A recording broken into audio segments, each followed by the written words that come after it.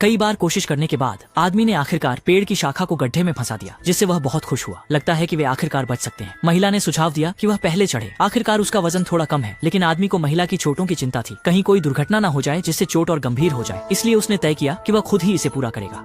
कौन जानता था, उसने जैसे ही एक कदम चढ़ा, पेड़ की शाखा नीचे खिसकने लगी। दीवार पर भी कोई सहारा नहीं था। जब वह सावधानी से ऊपर चढ़ने ही वाला था, अचानक शाखा टूट गई और आदमी जोर से जमीन पर गिर पड़ा। उसके घुटने भी गंभीर रूप से घायल हो गए। महिला ने यह देखकर तुरंत कपड़े की पट्टी लाकर आदमी का खून रोकने की कोशिश की। फिर उसे पैंट पहनने को कहा और कपड़े की पट्टी से जांघ को कसकर बांध दिया ताकि ज्यादा खून न बहे।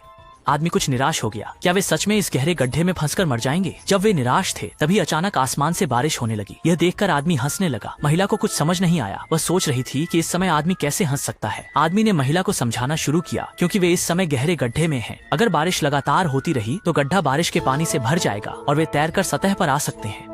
जैसे जैसे बारिश तेज होती गई, आदमी को चिंता हुई कि कहीं कोई अनहोनी ना हो जाए, इसलिए उसने जल्दी से महिला को गड्ढे के सबसे ऊंचे स्थान पर ले गया। लेकिन जल्द ही बारिश का पानी उनके घुटनों तक पहुंच गया। उन्हें शरीर को स्थिर रखने के लिए कुछ पकड़ना पड़ा। जैसे ही आदमी दीवार पर उगे पेड़ की जड़ को पकड़ने की सोच रहा था, महिला अचानक फिसल गई और गंदे पानी में गिर गई।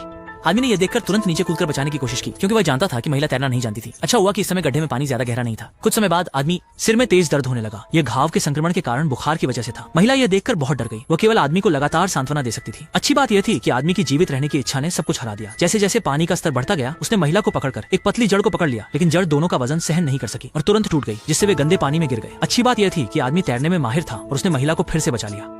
उसने औरत को खुद से कसकर लिपटने को कहा, फिर दीवार पर एक जड़ को पकड़ लिया। थोड़ी देर की मशक्कत के बाद आदमी का सिर दर्द और बढ़ गया। दर्द को कम करने के लिए उसने दीवार पर सिर मारना शुरू कर दिया। पानी का स्तर लगातार बढ़ने के कारण वे इस समय जमीन के और करीब आ गए।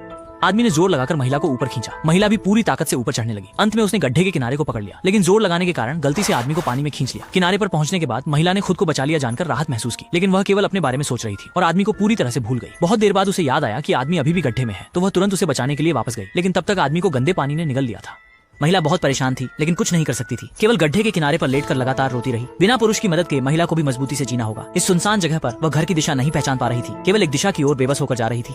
आगे बढ़ी। जब वह निराश हो रही थी, अचानक उसने पास से एक कार की हॉर्न की आवाज सुनी, जिससे उसे तुरंत उम्मीद की किरण दिखाई दी। वह जल्दी से उठी और कार की दिशा में दौड़ पड़ी। जब वह खुद को बचाए जाने की खुशी मना रही थी, तभी उसने देखा कि कार से उतरने वाले लोग वास्तव में लुटेरे थे। इससे पहले कि वह भाग पाती, उसे एक डंडे से मारकर गिरा दिया गया और फिर लुटेरों ने उसे कार में बंद कर दिया। और इस बार उसे बचाने के लिए कोई आदमी अपनी जान नहीं देगा।